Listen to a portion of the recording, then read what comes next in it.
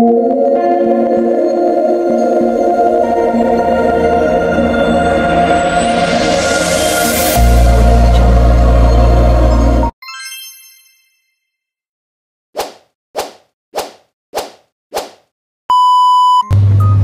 saya Muhammad Faisal bin Ismail. Hai, Assalamualaikum. Saya Siti Hajah binti Yaakob. Hari ini kami akan menerangkan tentang salah satu teknik membaca untuk belajar daripada unit 6, iaitu bengkel internet. Oleh itu, kami telah memilih satu bahan bacaan daripada buku Bahasa Melayu tingkatan 4 daripada halaman 30 hingga halaman 31. Antara tujuan kami menggunakan bengkel internet sebagai salah satu teknik membaca adalah kerana untuk mengintegrasikan teknologi maklumat dalam proses pendidikan.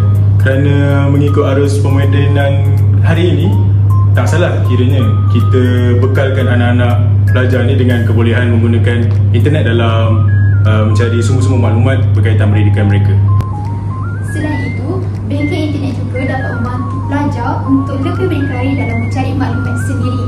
Namun begitu, sebagai seorang pendidik, kita perlulah membimbing pelajar untuk mencari maklumat dari sumber yang dipercayai. Kini kami akan tunjukkan demonstrasi bengkel internet. Jom! Assalamualaikum warahmatullahi wabarakatuh. Selamat datang ke kelas saya hari ini. Siti Hajah kan? Ya, cikgu.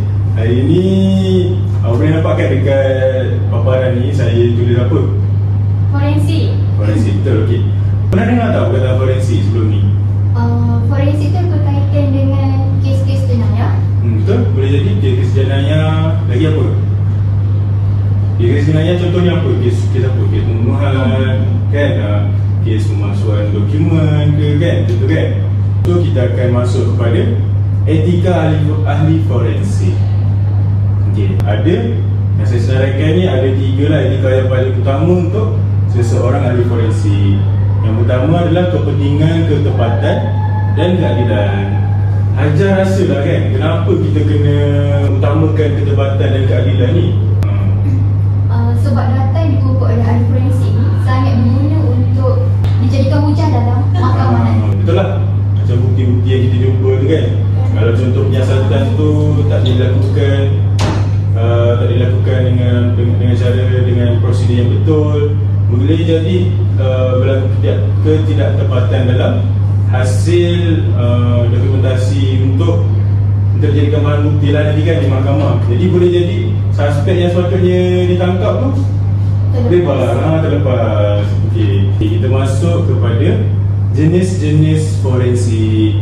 Okey, ini saya senaraikan 5 jenis forensik. Yang pertama adalah macam yang saya sebutkan tadi, forensik biologi. Yang kedua ni forensik cap jari. Yang ketiga adalah forensik digital. Yang keempat forensik dokumen. Dan yang kelima adalah forensik kimia. Saya nak dalam masa 20 minit. Yang pertama, saya nak awak cari maksud setiap jenis forensik yang terpapar ni.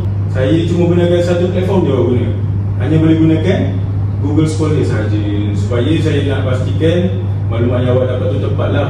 Dan yang kedua, awak boleh juga cari yang kedua ni daripada kerajaan-kerajaan akhbar pun boleh. Cari kes-kes terdahulu di Malaysia yang berkaitan dengan jenis-jenis forensik ni. Belajar mengaplikasikan penggunaan internet untuk pencarian bahan rujukan. Okey, masa awak dah tamat, awak cari maklumat. Baik, okey, kita berbalik kepada jenis-jenis forensik tadi. Okey Hajar, saya nak awak terangkan satu persatu. Okey, apa maksud forensik biologi? Saya terangkan apa yang saya faham. Boleh. Forensik biologi dia lebih kepada DNA ataupun darah. Darah walaupun seperti kita tahu dia ada A, B, AB dan O, tapi DNA yang membezakan setiap individu. Jadi sebab itu forensik biologi ni merupakan ilmu yang penting dalam forensik. Betul. Ada tak jumpa kes-kes forensik biologi yang pernah berlaku kat Malaysia? ada yang saya jumpa kes Kenny Ong Le Kian yang mana pada badan si mangsa terdapat air mani.